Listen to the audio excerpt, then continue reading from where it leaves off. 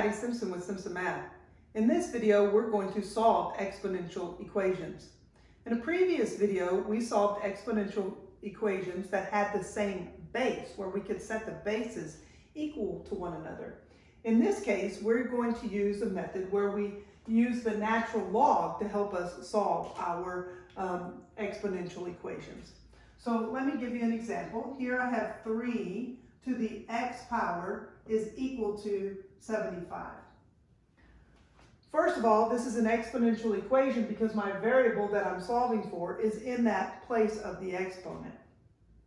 Notice also that this 75 cannot be rewritten with a base of 3. 3 times 3 is 9, times 3 is 27, times 3 is 81. We skip over that 75. So this is not a nice power of 3. So we need a new strategy for solving this. So what we are going to do is we're going to take the natural log of both sides of my equation. You know, in the past we may have added or subtracted to both sides of the equation. I'm going to use that operation of logarithm. I'm going to just take the natural log of both sides of my equation.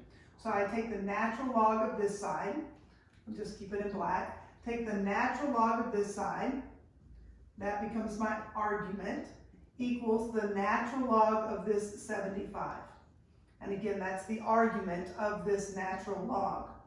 Now, remember our power rule, where we can make this, when I have an argument raised to a power, I can multiply that power times my log. So I'm going to do that. I'm going to multiply my log by that power. So now I have the natural x times the natural log of 3 is equal to the natural log of 75. Remember that this natural log of 3 is just a number. It's some sort of number. Our base down here is e, that natural number e, that's about 2.71. So I'm asking e to what power would give me 3?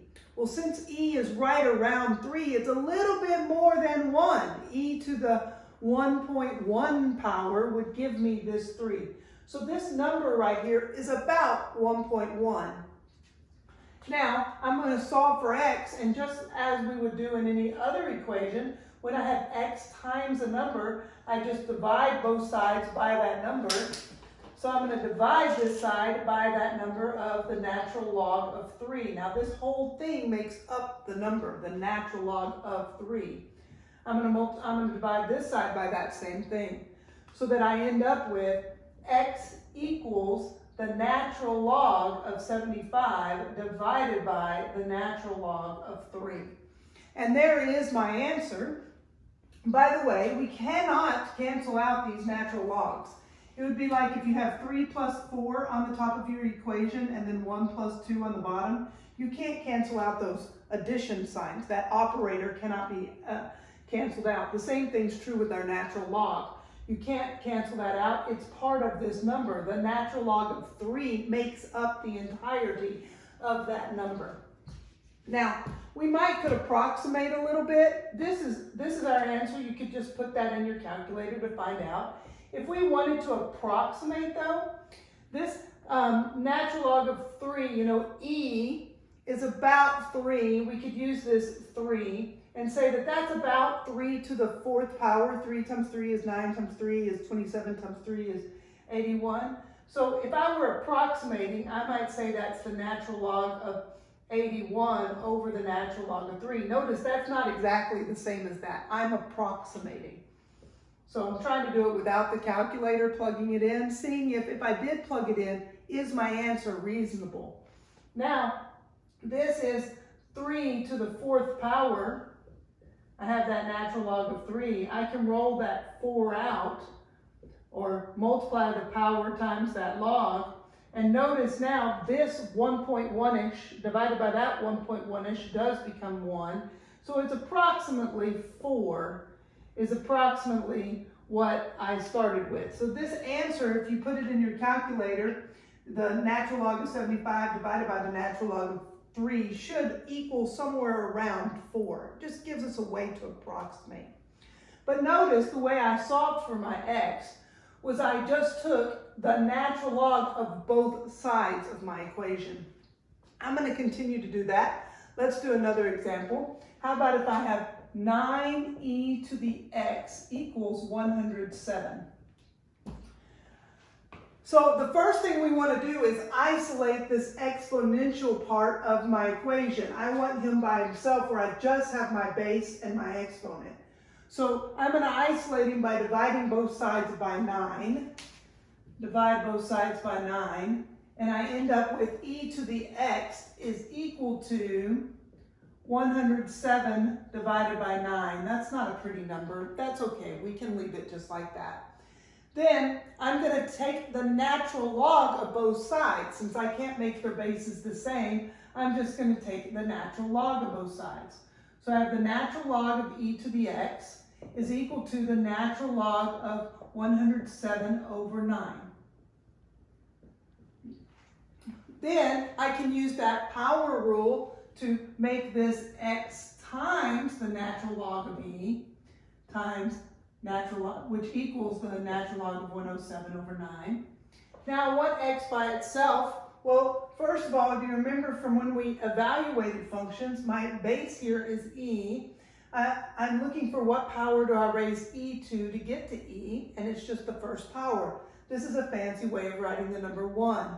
So I just have x times 1 is equal to the natural log of 107 divided by 9, which is just x equals the natural log of 107 divided by 9. There's my answer. Let's do another example. How about if I have e raised to the 4x minus 5 minus 7. So notice again my variable is in that exponential position. And we have some number like 1,100 over here. Well, the first thing I want to do is I want to isolate this exponential position so that I add 7 to both sides. Let's add 7 to both sides so that I end up with e to the 4x minus 5 is equal to 11,007. So now I have that exponential part is isolated. That's the very first part, that exponential expression. Then I'm going to take the natural log of both sides. So I take the natural log of this side and the natural log of that side. And again, this is just some number. We could estimate by, using 3 as an approximation to figure it out. But we just know that that is just some number. Then I'm going to use my power rule, 4x minus 5 times that natural log of e is equal to the natural log of 1,107. The natural log of e is just equal to 1. So I have 4x minus 5 is equal to the natural log of 1,107. Now I want x by itself, so I'm going to isolate it by adding 5 to both sides. Now I have to be careful when I add that 5 to both sides. This 1,107 is in the argument of this natural log. It's the natural log of that. I cannot add this 5 into that argument. Instead, I need to put that 5 either out front or behind. I like to write it out front just so I don't accidentally add it into that argument. So 5 plus the natural log of 1,107. And that equals my 4x. I almost have x by itself. I just need to divide both sides by 4. So x equals 5 plus the natural log of 1,107 divided by 4. And that's my answer. X is equal to whatever this number is. Remember, this is just a number. I could figure out approximately how much it is by saying my base is 3 because e is close to 3, and then figuring out from there what the exponent would be that would raise it to 1,107. Then I'd take whatever that number is and add it to 5 and divide by 4. And that would tell me what my x value is. So when their bases, we cannot make their bases the same. A strategy for solving this is just to take the natural log of both sides. Then you can use your power rule to get your x, your variable, out of that exponential position. Math made simple. It's Simpson Math. Thanks for watching.